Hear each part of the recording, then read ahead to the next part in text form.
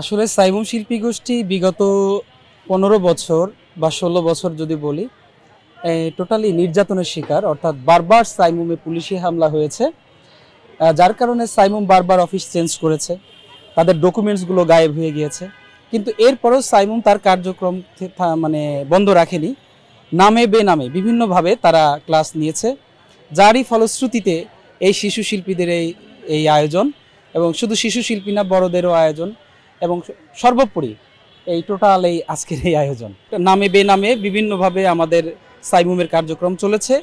আর একটা ছিল হলো যে অনলাইনের মাধ্যমে সাইমুম তার সকল শিশু শিল্পীদেরকে এবং কিশোর শিল্পীদেরকে তারা ক্লাস নিয়েছে। সো এই সাইমুম তার কার্যক্রম কখনোই মানে বন্ধ রাখেনি, কখনো বন্ধ ছিলও না, ইনশাল্লাহ থাকবেও না, সাইমুম চলবে ইনশাল্লাহ। আসলে সাইমুম হলো ছাত্র শিবিরের কেন্দ্রীয় সাংস্কৃতিক সংগঠন। আর যেহেতু সাইমুম শিবিরের কেন্দ্রীয় সাংস্কৃতিক সংগঠন, আর জামাত বা শিবিরের প্রতি সরকারের একটি আক্রোশ ছিল, তো সেই জায়গা থেকে সাইমুমের প্রতি তাদের এই নির্যাতনটা ছিল।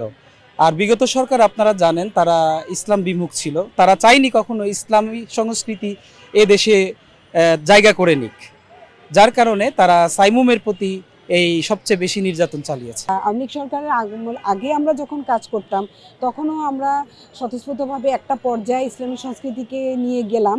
যাওয়ার পরপরই যখন বাধাটা আসলো, আসলে আমাদের ওপেন পারফরমেন্সগুলো কমে গিয়েছিল।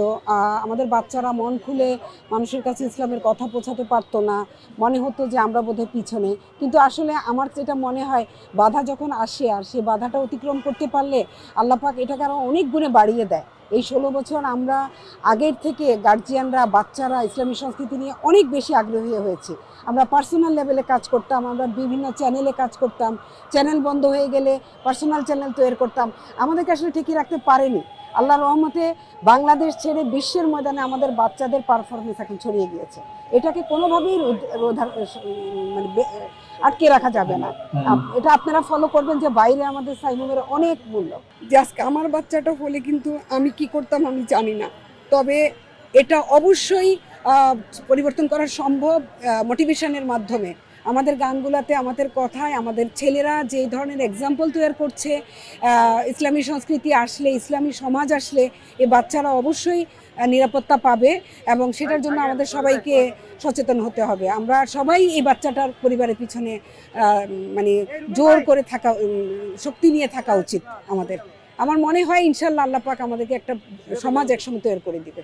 আলহামদুলিল্লাহ আমি বলবো যে একটা ইসলামী ছাত্র শিবিরের একটা কোর্স যদি একটা ছেলে কমপ্লিট করে আসতে পারে তার লাইফে 13-14 বছর বয়স থেকে 23-24 বছর পর্যন্ত, তাহলে একজন মা হিসাবে বা একজন গার্জিয়ান হিসাবে বলবো আমার দায়িত্বের অনেকটা অংশই ওই প্রতিষ্ঠান করে দিয়েছে।